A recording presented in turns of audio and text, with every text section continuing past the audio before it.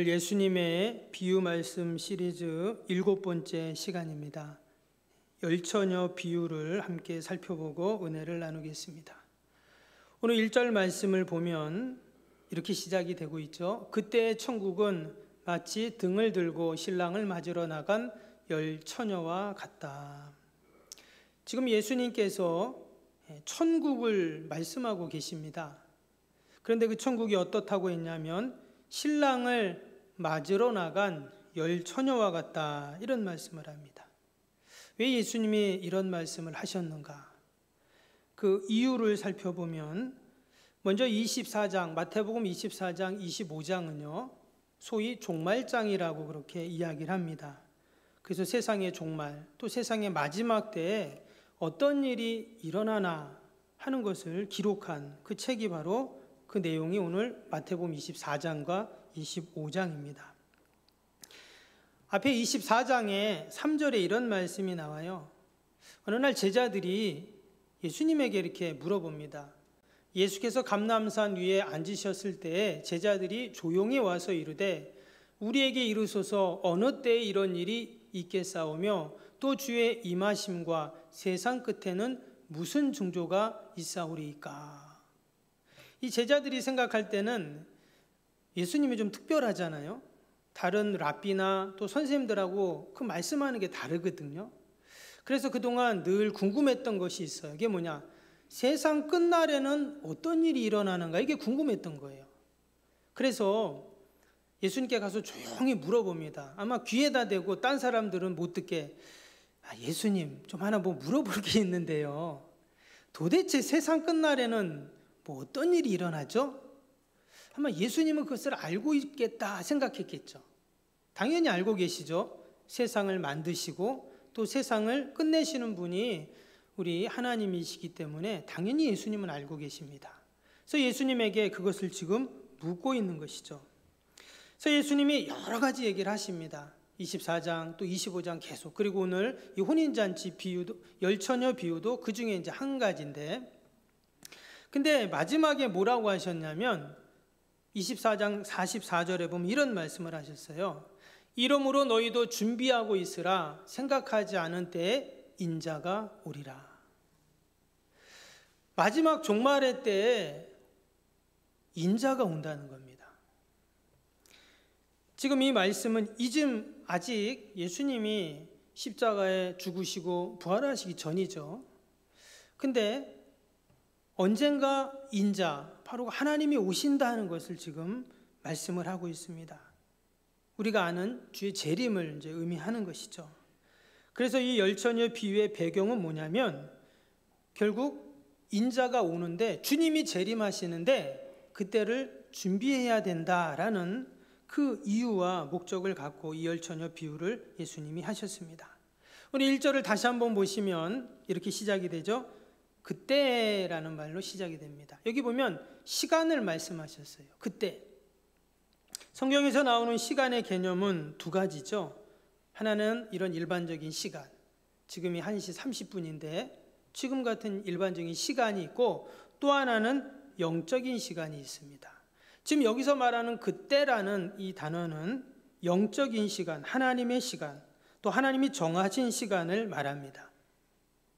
지금 세상 끝이 어떤 징조가 납니까? 물어봤기 때문에 그 종말의 때, 마지막 심판의 때를 이제 말씀하는 거죠. 마태복음에 보면 특별히 이 시간, 이 때에 대한 말이 많이 나옵니다. 무려 90번이나 나와요.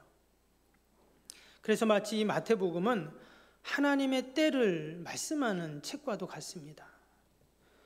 여러분, 하나님이 정하신 때가 반드시 있는 줄로 믿습니다.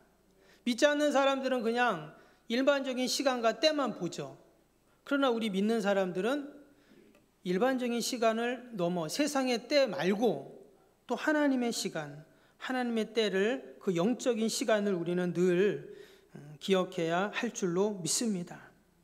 그래서 세상의 시간 속에서 우리는 지금 살고 있지만 또 하나의 시간인 우린 지금 하나님의 시간 속에서 살고 있습니다. 믿으십니까? 표정들이 별로 안 믿는 표정이셔요. 지금 그때 예수님 말씀하셨잖아요. 그때가 있다니까요. 그 시간이 분명히 있다는 거예요. 그래서 우리가 늘 내일을 준비하는 삶을 삽니다. 그때를 준비하는 삶을 살아요. 아마 오늘 비가 오잖아요. 아마 어제 일기예배를 보신 분들은 어때요? 오늘 주일날 비 오니까 우산 가지고 가야 되겠다. 우산을 가지고 오셨을 겁니다. 열심히 공부하는 우리 학생들은 입시와 취업을 준비하죠. 식당을 하시는 분들도 보면 오늘 팔 음식을 어때요? 어제 다 준비해 놓잖아요. 다 만들어 놓고 재료도 다 준비해야 오늘 음식을 팔 수가 있습니다. 그리고 옷가게도 보면 지금 우리 봄이지만 이미 지난 겨울에 이제 봄옷을 무엇을 팔아야 될까? 그렇게 준비를 합니다. 또 지금도 봄이지만 이제 여름옷을 무엇을 팔아야 되나? 그런 패션을 보고 또 유행을 보잖아요. 이처럼 우리는 늘 준비하는 그러한 삶을 삽니다. 만약에 제대로 준비하지 않으면 어떨까요? 닥쳤을 때 분주하잖아요. 또 온전히 준비할 수 없듯이 여러분 우리는 늘 이처럼 내일을 준비하는 그런 삶을 사는데 참으로 지혜로운 성도들, 이 세상의 시간뿐만 아니라 하나님의 시간, 영적인 시간을 생각하는 우리 성도들은 늘 우리는 주님의 재림과 종말을 우리는 준비해야 할 줄로 믿습니다. 주님이 언제 오실지 모르는데 그 주님을 우리가 늘 기억하고 오실 주님을 우리가 준비하는 여러분 그 재림신앙 또 종말신앙이 진정 이 열처녀 비유를 통해서 우리에게 말씀하시는 하나님의 지혜인 줄로 믿습니다. 오늘 이 열처녀 비유는 혼인잔치를 배경으로 하고 있죠. 유대의 결혼 풍습을 보면 동서고금을 막론하고 사실 결혼식은 다 잔치이고 또 큰 행사입니다. 개인에게도 그렇고 가족에게도 그렇고 집안과 그 동네의 큰 잔치가 이제 결혼잔치인데요. 지금 유대 사회도 마찬가지입니다. 자료를 보면 당시의 랍비들은 늘 성경을 연구하는데 결혼식 날은 그 연구를 멈추고 결혼식에 간답니다. 그만큼 이 결혼식이 당시에는 아주 중요한 그런 행사였습니다.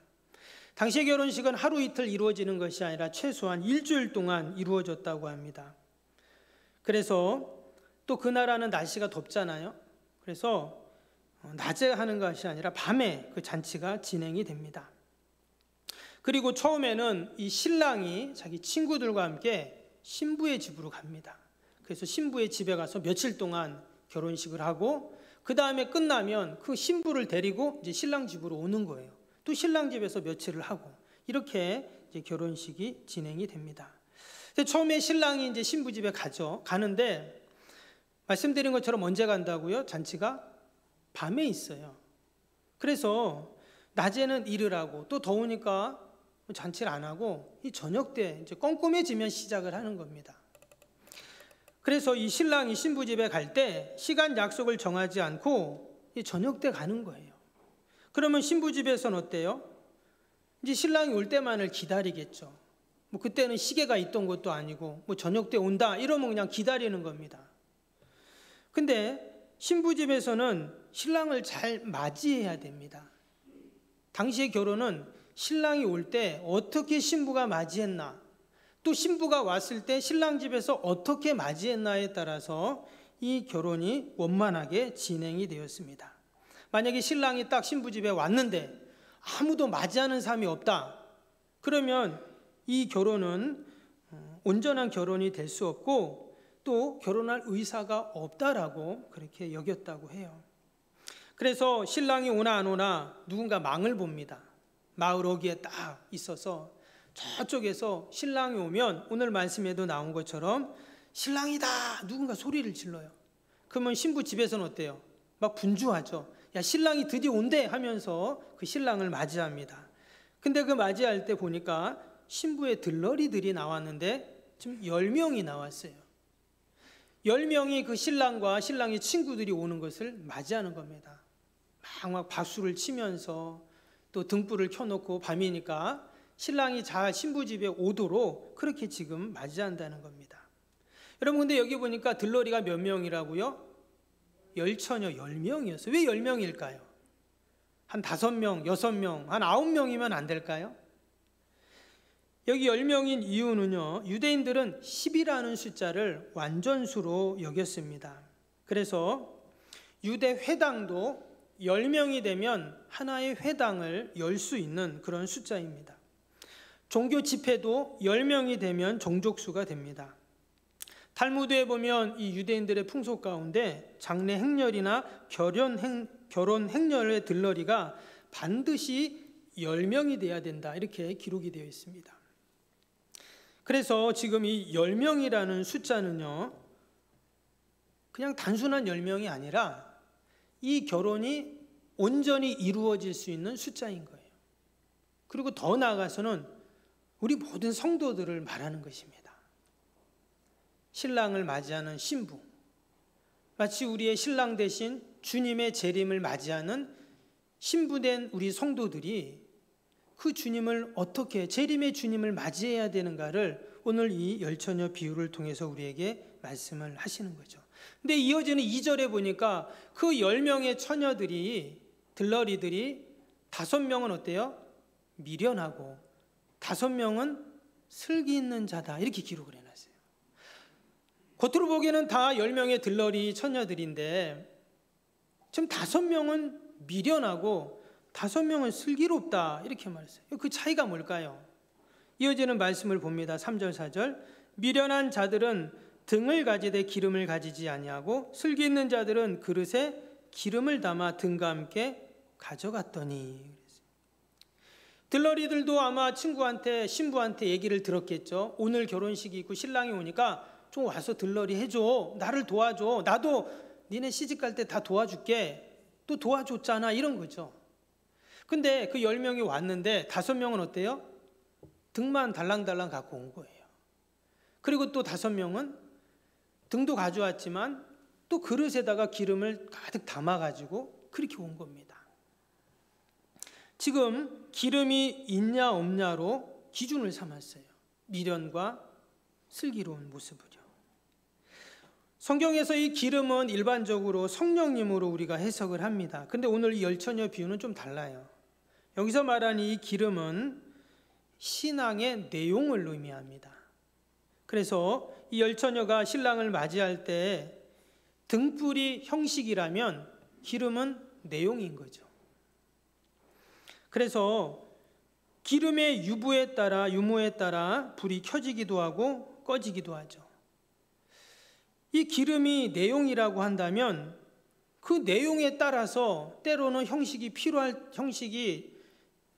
필요할 때도 있고 아무 의미가 없어질 수도 있다는 거예요. 여러분, 이런 의미에서 우리의 신앙을 한번 돌아봅니다. 우리가 등은 가지고 왔지만 혹시 기름이 없다면, 우리 신앙의 내용이 아무 의미가 없다면 그 등불도 어떻게 된다고요? 의미가 없어져 버린다는 거예요. 이 말씀은 사실 너무나 준엄한 말씀이에요. 우리 신앙의 내용을 돌아보라는 거예요. 우리가 예배를 드리는데 우리의 예배의 자세, 우리의 예배의 마음, 또 우리의 삶 속에서 하나님의 말씀대로 우리가 살아가는데 과연 우리의 삶이 정말 하나님의 말씀이 녹아져서 우리의 삶을 통해서 우리의 가족에게, 또 우리 옆에 있는 성도에게, 이웃에게, 직장에 있는 우리 동료들에게 그 말씀이 녹아서 흘러내려가고 있는가? 그 내용이 중요하다는 거예요.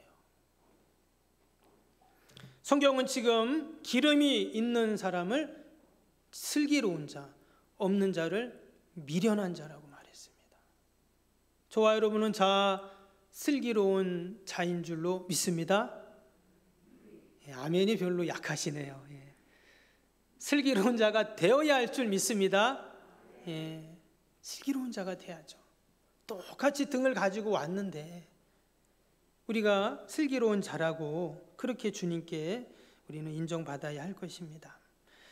오늘 이어지는 8절 9절을 보겠습니다. 미련한 자들이 슬기 있는 자들에게 이르되 우리 등불이 꺼져가니 너의 기름을 좀 나눠달라 하거늘 그랬어요. 이 미련한 자들은, 미련한 처녀들은 기름도 안 가져왔지만 더 나아가서 좀 슬기로운 자들에게 어떻게 한다고요? 좀 달라고 또 그래요. 근데 이어지는 말씀을 보면은요, 그 슬기로운 5 처녀가 좀 기름 주면 되잖아요. 근데 뭐라고 합니까? 사오라 그럽니다. 너무 인색하죠. 좀 나눠주면 얼마나 좋습니까? 사람이 정이 있어야지. 좀 있으면 좀 나눠주고 같이 하면 좋은데 지금 이런지 아예 거절합니다. 가서 사와 이렇게 말해요. 여러분, 이 10처녀 비유를 통해서 우리에게 주시는 너무나 귀한 진리가 있습니다. 첫 번째는 우리 신앙의 내용은요, 빌릴 수가 없다는 거예요. 무디 신학교의 학장이셨던 조지 슈이팅 목사님이 이런 말을 했습니다. 하나님에게는 자녀는 있지만 손자는 없다. 뭔 말일까요? 우리 한 사람 한 사람 개인적으로 우리가 예수 그리스도에 대한 신앙의 고백을 통해 우리가 하나님을 만나고 하나님의 자녀가 됩니다. 제3자를 통해서 우리가 구원받고 하나님의 자녀가 될 수 없다는 거예요. 저는 예전에 이런 할머니 성도님을 봤습니다. 그 할머니 성도님이 그게 부모의 마음이지만 아들의 그 이름으로 항상 헌금을 하세요. 그래서 이 누구냐고 했더니 아들이라는 거예요. 아, 그러냐고. 근데 이 아들은 교회를 안 다녀요. 근데 아들은 교회 안 다니지만 이 헌금을 하면 아들이 교회 다니고 천국 갈 줄 알고 한다는 거예요. 천국 못 갑니다, 여러분. 그러나 어머니의 마음이죠. 그 아들을 늘 하나님께 올려드리는 마음입니다. 그렇게 한다고 천국은 못 가지만 하나님이 그 할머니를 불쌍히 여기시겠죠. 때가 되면 그 아들을 주님께 돌아오게 하시고 구원 백성으로 분명히 삼아 주실 줄로 믿습니다. 그러나 우리의 신앙의 내용은요, 3자가 다른 사람이 부모가 대신 해줄 수는 없는 것입니다. 내가 주님을 만나야 돼요. 내가 개인적으로 주님과의 관계가 없으면 거기에는 아무런 구원의 역사가 일어날 수가 없습니다.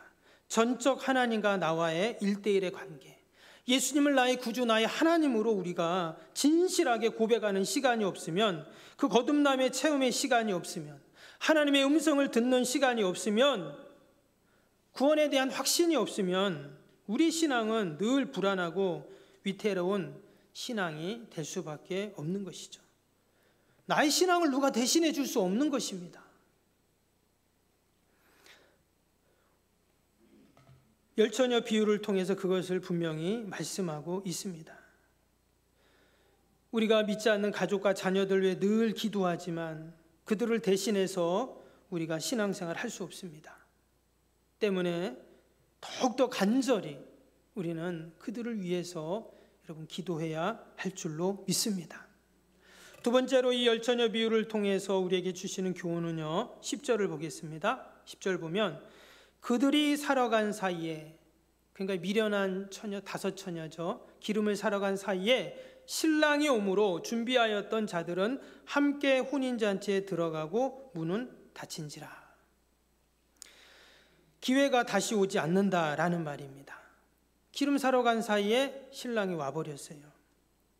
기름을 준비해 놓지 않으면 늦어버린 것입니다.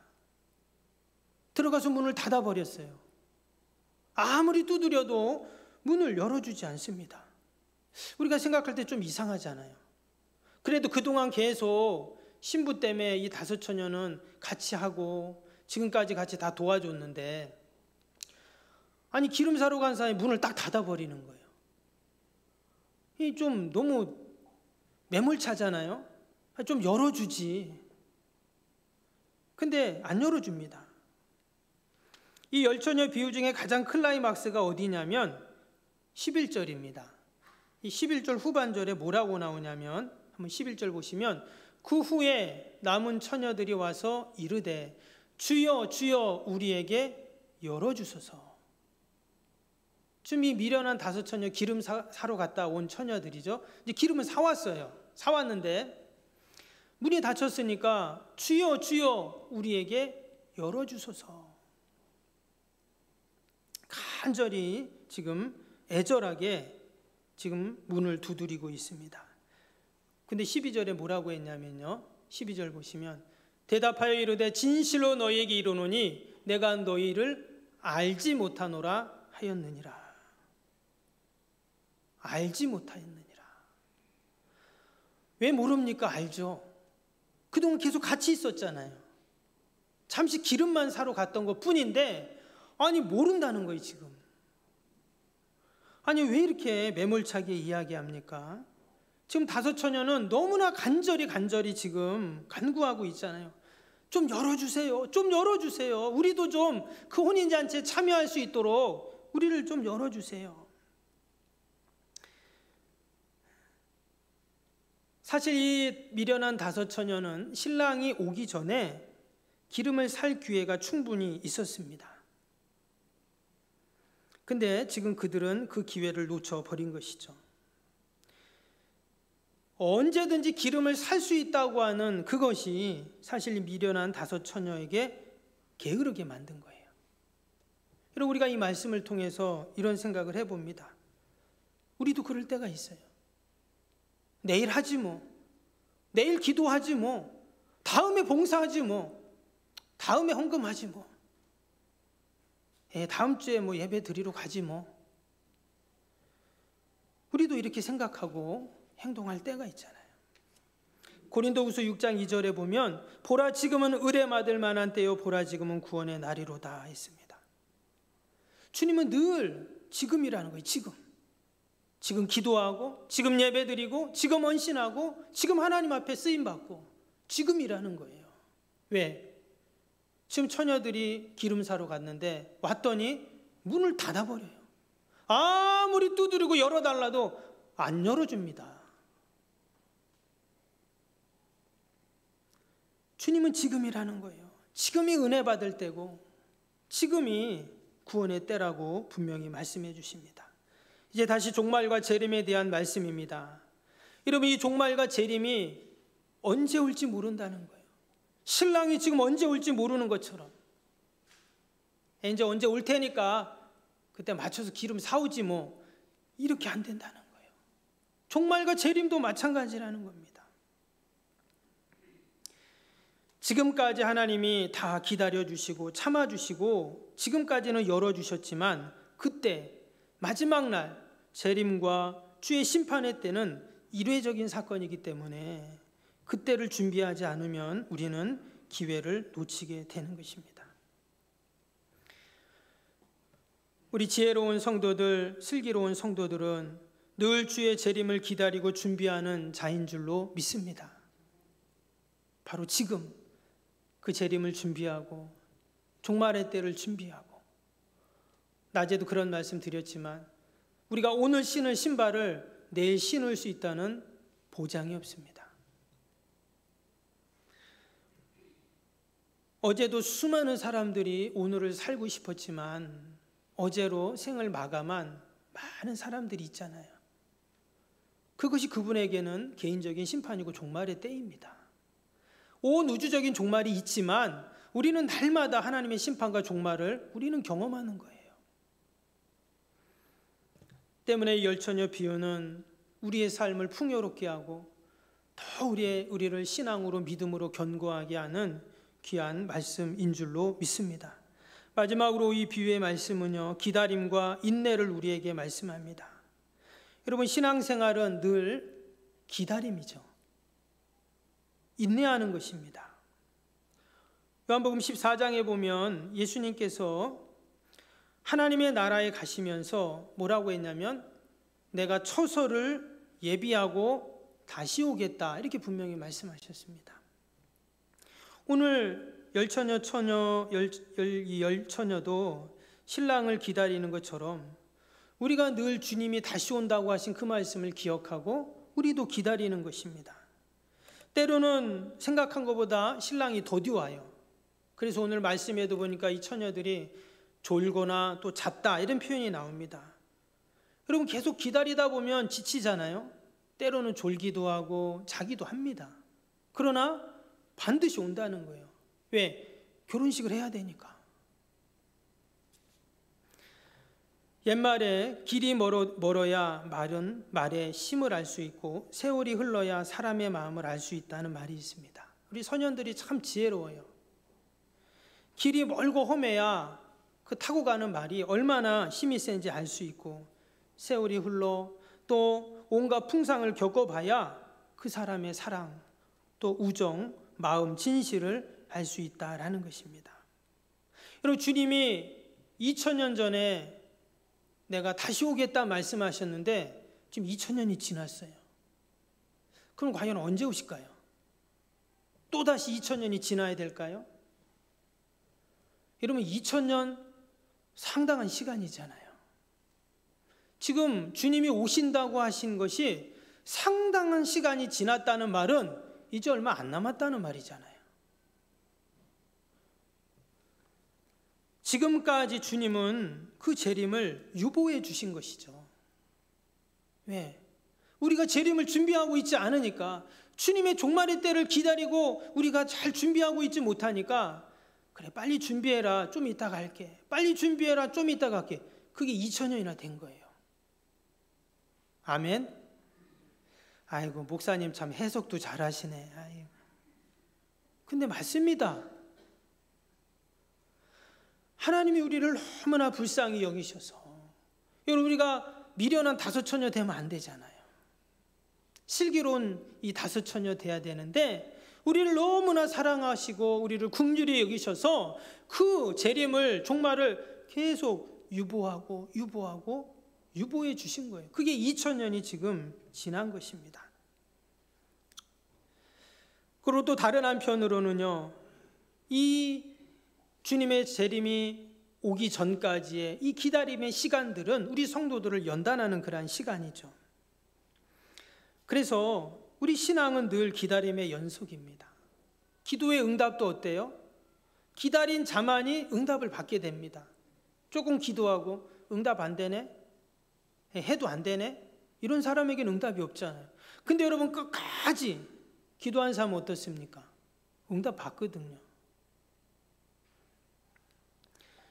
그 미국의 그 인디안들이 기우제를 드리는데, 이 사람들은 기우제만 드리면 비가 온다는 거예요. 그래갖고 인류학자들이 이상하다, 어떻게 인디안들은 기우제만 드리면 비가 오나 연구를 하고 또 가서 이 사람들이 어떻게 그런가 봤더니, 이 인디안들이 비가 올 때까지 기우제를 드린다는 거예요. 그러니까 비가 오죠. 올 때까지 하니까. 여러분, 우리가 언제까지 기도해야 될까요? 같이 해볼까요? 응답받을 때까지 기도합니다. 네, 다시 한번 해봅니다. 응답받을 때까지 기도합니다. 예, 응답받을 때까지 기도하면 됩니다. 그럼 반드시 응답이 되는 것이죠. 기다리는 자에게 하나님은 늘 은혜와 예비하신 복을 주십니다. 영원한 하나님의 나라, 그 나라도 기다림의 은총입니다. 때문에 우리에게 늘 인내가 필요하고 끈기가 필요합니다. 다윗은 시편 40편 1절에 내가 여호와를 기다리고 기다렸더니 귀를 기울이사 나의 부르짖음을 들으셨도다. 우리가 기도할 때 주님이 들으신다는 거예요. 응답하신다는 겁니다. 더 귀한 선물을 우리에게 예비해 주신다는 거예요. 어느 여객선이 바다를 항해하다가 큰 암초를 만나서 파산하게 됩니다. 다행히도 그 여객선에 타고 있었던 승객들은 무사히 다 한 무인도에 표류하게 되었어요. 근데 보니까 배도 다 망가져 버리고 파손되고 또 통신수단도 다 망가져 버렸습니다. 이제 더 이상 그 무인도를 빠져나갈 방법이 없어요. 그래도 다행인 것은 난파될 때 몇 달간 먹을 수 있는 식량과 씨앗이 있었다고 해요.